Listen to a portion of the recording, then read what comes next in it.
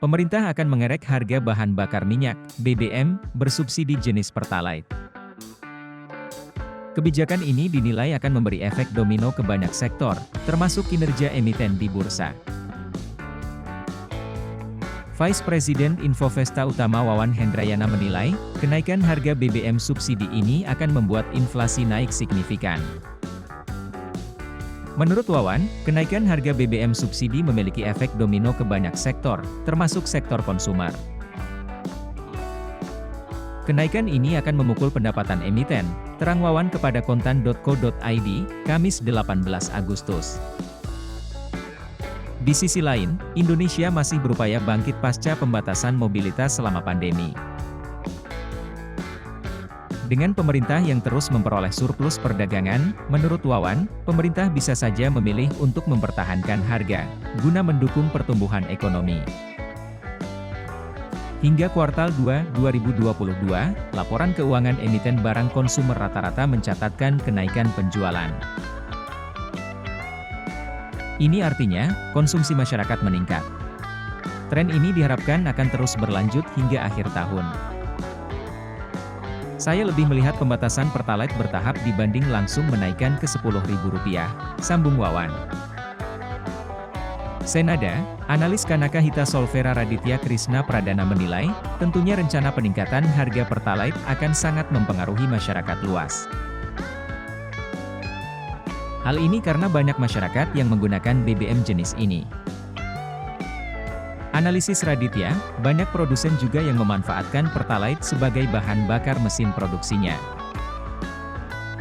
Rencana kenaikan harga Pertalite tentunya akan membebani masyarakat dan membebani margin produsen apabila tidak meningkatkan harga jualnya, terang Raditya.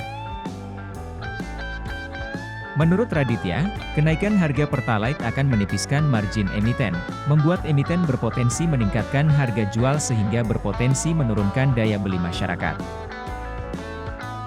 Hal ini karena inflasi tentunya juga akan terkerek naik seiring meningkatnya harga Pertalite.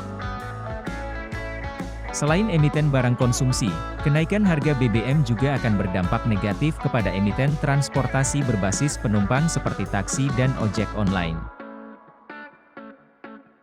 Karena biasanya kenaikan harga BBM akan diikuti dengan kenaikan harga jasa.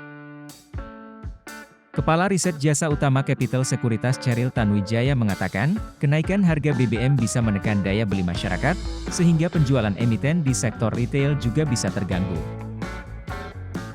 Namun, emiten konsumer primer masih bisa bertahan seiring sifatnya yang merupakan kebutuhan pokok. Menurut saya sebaiknya harga BBM ditunda kenaikannya. Toh juga harga komoditas minyak sedang dalam tren penurunan akibat resesi global, kata Cheryl. Direktur Utama PT Siantar Top Tbk Armin mengatakan, kenaikan harga Pertalite tidak begitu berdampak terhadap biaya distribusi. Sebab, armada yang digunakan untuk proses pengangkutan menggunakan BBM jenis diesel. Kalau diesel yang naik, pasti berpengaruh terhadap distribusi karena banyak mobil yang pakai diesel, kata Armin.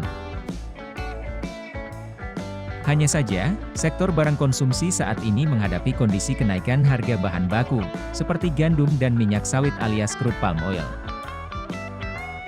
Armin menilai, sejauh ini harga komoditas tersebut masih tetap tinggi. Jadi ini kelihatannya, harga komoditas lunak, mau turun seperti semula tidak gampang, kemungkinan kecil menurut saya karena ini pengaruhnya ke dunia, sambung dia. Toh, kebijakan menaikkan harga jual juga tidak mudah karena mempertimbangkan efek kenaikan inflasi dan tertekannya daya beli masyarakat. Sementara itu, PT Bluebird Tbk masih wait and see terhadap rencana kenaikan harga BBM jenis Pertalite.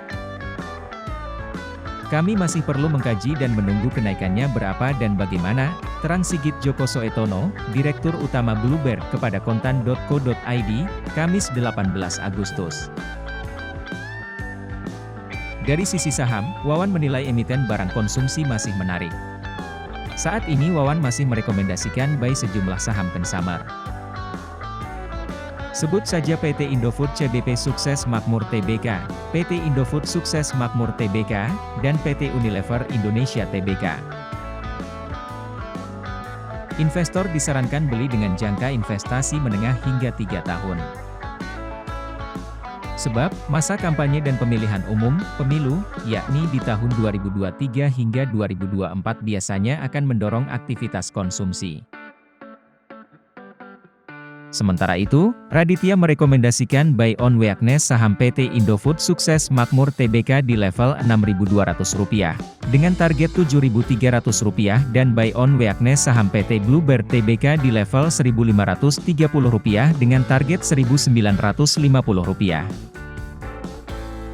Cheryl merekomendasikan saham ICBP dan PT Mayora Indah Tbk.